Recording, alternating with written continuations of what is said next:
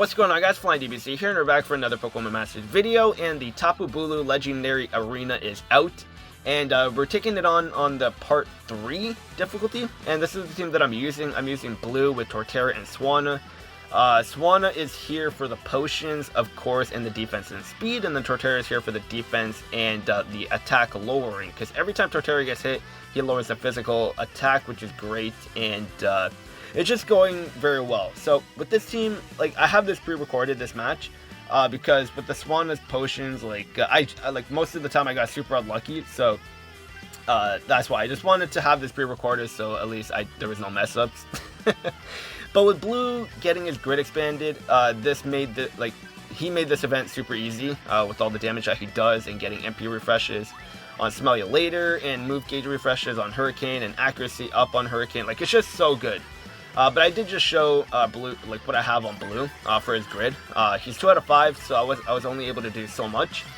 So, like, at the beginning of the match, I just worried about getting everything ready. Like, I just, like, every time I battle, I have it on ×3 speed, so I just spam everything. Like, I know where everything is, so I just quickly do what I need to do, and then we go into the attacking. But for this battle, I was worrying about trying to keep Torterra alive as long as possible, just so when we get to Phase 3, Tapu Bulu can continue to attack Torterra, because, like, once Torterra is done, Swanna is going to go down pretty quick.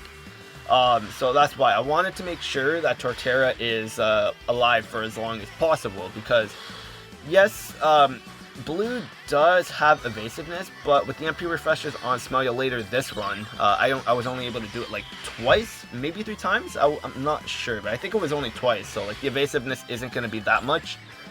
So we will get hit a good amount of times. Like, there will be that odd occasion where we do dodge the attack, but that's something you can't really rely on unless you get like 4 Smell You Laters or something like that.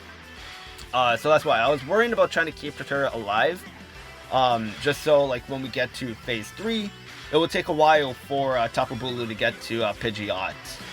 But like, the thing about Swanna, like, the potion, the MP refreshes, like, my luck is just terrible, so that's why I have this battle pre-recorded, because I did not want to do this battle and commentate like 7 times because of bad luck. So I was starting to get a little bit annoyed on having videos on the Legendary Arena, me failing, and then it's like, yeah, I can't beat it. So yeah, I'll complete it when I can and just have this failed video go up. So yeah, that I did not want to do again. So this is what I did.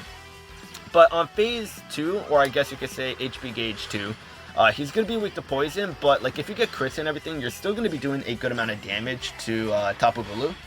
And of course, if you get more than 2 MP refreshes on Smell You Later, you'll be fine, because then you're going to get more crits, which you're going to have better chances of getting crits, which will help you in this stage. Or in HP Gauge 2, because you're not super effective. Because when you're super effective, of course, you're going to be doing a lot of damage. And then with crits added on top of that, when you're super effective, you're just going to be doing a lot of damage. That's why, like, that's another reason why having Torterra there is going to help in Phase 3, because by the time, like, Tapu Bulu knocks out Torterra and Swan and then gets this Pidgeot, we are going to be doing so much damage, because, one, we're super effective, so the longer it takes to get to Blue and Pidgeot, like, he's going to be dead by the time he gets to Blue and Pidgeot. So, but the Energy Ball does do quite a bit of damage to Torterra, just because of the fact that he's not a special attacker or special defensive Pokemon. So, like, every time he goes for physical attack, you can see, like, he does very, very little damage to Torterra, because, like, one, the physical attack is lowered, and like, Torterra is just good physical defensively. So I saved the Sync move for when we got to the 3rd HP gauge, just so, like, I can make sure that we get the job done. So Torterra is going to go down after 1 more hit, and we can see Woodhammer here. Even though Torterra does have very good defense, he still takes like 302 damage from the Woodhammer, which is nuts. But and that's why, like, you can see, like, having Torterra stay alive and for the 3rd phase helps a lot, because now that he's on Swanna, it's going to take a bit to get to Pidgeot, and by the time he does get to Pidgeot, he's, like, basically already dead, as you guys can see. It's just 1 more Hurricane and he's done. So it's just not really that much of a difficult event, honestly. I was expecting a little bit more because like when we saw the healing that he does from the gameplay that the official Pokemon Masters Twitter posted and the data mine and everything, I was really expecting to have like more of a difficult challenge. This was like probably like my 7th time going into this, because like I trying to record this, like I said, I had this pre-recorded, so I didn't want to like do multiple recordings where I failed and then start the recording with the commentary again. So I didn't want to do that because that would have been annoying. So but these are the recommended teams that they show you, like you could try out. But like I did my own sort of twist on it. Like I did have Torterra for the phase 1, or part 1 like for HP Gauge 1, whatever. I don't know how well Toucannon is. I can't see him being too great, just because like I don't see anybody using him on teams and everything. So but as you guys can see, I do have the 4-star medal. Pretty easy to get, not as easy as Latios, because Latios is still like the easiest legendary arena in my opinion, but I'm sure a lot of you guys can agree with that too. Like Latios was just super easy, but this one I don't think is harder than Entei. But personally, I still feel Entei is like the hardest one to beat. On top of that, maybe Cobalion, but Entei and Cobalion are easily the hardest ones, and then Tapu Bulu is probably like sitting at 3rd.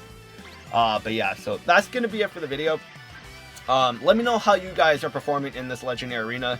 Like I said, I personally feel like this one is a little bit underwhelming. I thought it was gonna be more difficult, but it is what it is.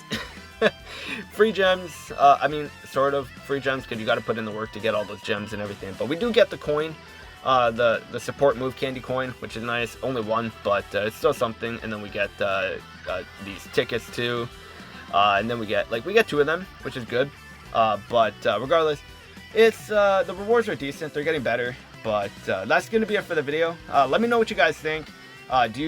Was it easy for you, or was it difficult? Was the healing a problem? But the time right now, after doing these this legendary arena, I'm sitting at about 15 scout tickets, 5-star scout tickets. But I think that's what we all have right now. But anyways, we're gonna be getting more in the future, of course. But that'll be it for the video. Let me know what you guys think. Do you think this is easy? Do you think it's hard? Or do you think it's decent? I had fun though. It was a fun event. But that'll be it for the video. Hopefully you guys enjoyed, and I will see you guys later. It's always hard when you